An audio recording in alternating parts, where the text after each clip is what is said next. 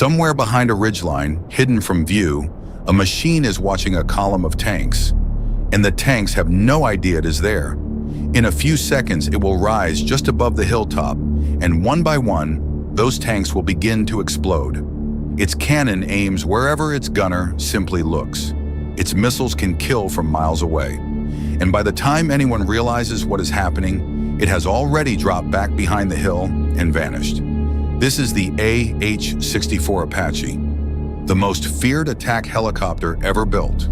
The Apache was born for one grim purpose: to stop an army of tanks. It was designed at the height of the Cold War, when the great fear was thousands of Soviet tanks pouring across Europe. The Apache's job was to fly low, hide, and destroy those tanks faster than they could advance. A single helicopter capable of gutting an entire armored column. Decades later, it is still the standard every other attack helicopter on Earth is measured against. Under its nose sits a 30mm cannon, and here is what makes it terrifying. That gun is linked directly to the crew's helmets. Wherever the gunner turns his head and looks, the cannon instantly swings to point at the exact same spot. He does not aim the gun with his hands. He aims it with his eyes. Turn to glance at a target, and the barrel is already tracking it, ready to fire. It is as close to a cyborg weapon as anything in the sky. That link runs through one of the most advanced helmets ever built. A small screen sits in front of the pilot's right eye, painting a glowing web of symbols directly onto his vision. His speed, his altitude, where his weapons are pointing, where the enemy is. He flies and fights while reading data floating over the real world. The Apache does not just carry its crew, it plugs them in, fusing two humans and a machine into a single hunting animal. Its deadliest weapon reaches far beyond the gun. Slung under its stubby wings, the Apache carries Hellfire missiles, guided warheads built to punch straight through the armor of nearly any tank on Earth. It can launch them from miles away, well outside the range of most weapons that could shoot back, and steer them precisely onto a target it can barely see with the naked eye. A single Apache can carry enough of them to destroy a dozen armored vehicles in one pass. The most modern Apaches carry something even more chilling: a dome of radar mounted high above the rotor blades. In a matter of seconds, it can sweep the battlefield, find and sort more than 100 separate targets, and rank the most dangerous ones for the crew. The helicopter can then pop up, fire its missiles, and drop back down before the enemy even understands they are being hunted. It sees everything, and it decides what dies first.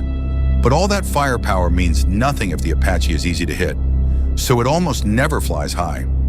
Instead, it hugs the ground, weaving between hills and trees just feet above the surface, using the terrain itself as a shield. It creeps up behind a ridge, rises just high enough to peek over, fires, and instantly sinks back into cover.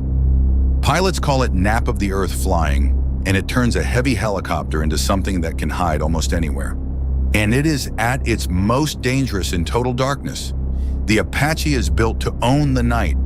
Its sensors turn pitch black into a clear thermal picture, letting the crew see the heat of an engine, or a target, from miles away, through smoke, through haze, in conditions where the enemy is completely blind. For a force caught in the dark, the first warning that an Apache has found them is often the explosion. Night is not its weakness, it is its home. That combination has made the Apache the tip of the spear again and again.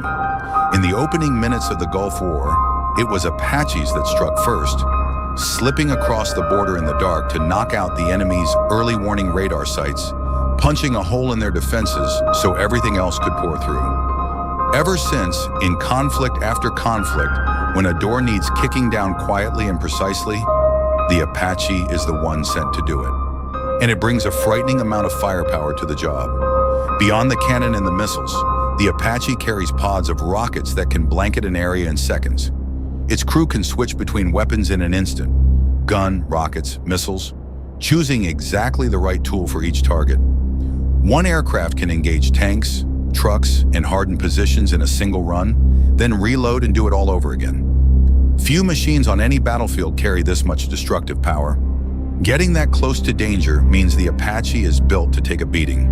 Its most critical parts are armored and doubled up, so that even after absorbing hits that would knock other aircraft out of the sky, It can keep flying and keep fighting. The two crews sit behind armored shielding and bulletproof glass. It is designed so that if one engine is destroyed, the other carries it home. The Apache does not just deal punishment, it is made to survive it. It takes two people to unlock all of that. The Apache carries a crew of two, sitting one behind the other. The pilot in the back flies the aircraft, threading it through the terrain. The gunner in front hunts for targets and works the weapons. But their controls overlap, so either one can fly and either one can fight if the other is hurt. They train for years to move as a single mind, split between flying inches off the ground and killing from miles away. More than a gunship, the Apache is a hunter and a scout. Long before it fires a shot, it is watching, creeping along the edge of a battle, mapping where the enemy is, feeding that picture back to everyone else. It can sit silently behind cover for a long time, simply observing, deciding. When it finally strikes, it is not a wild, desperate attack.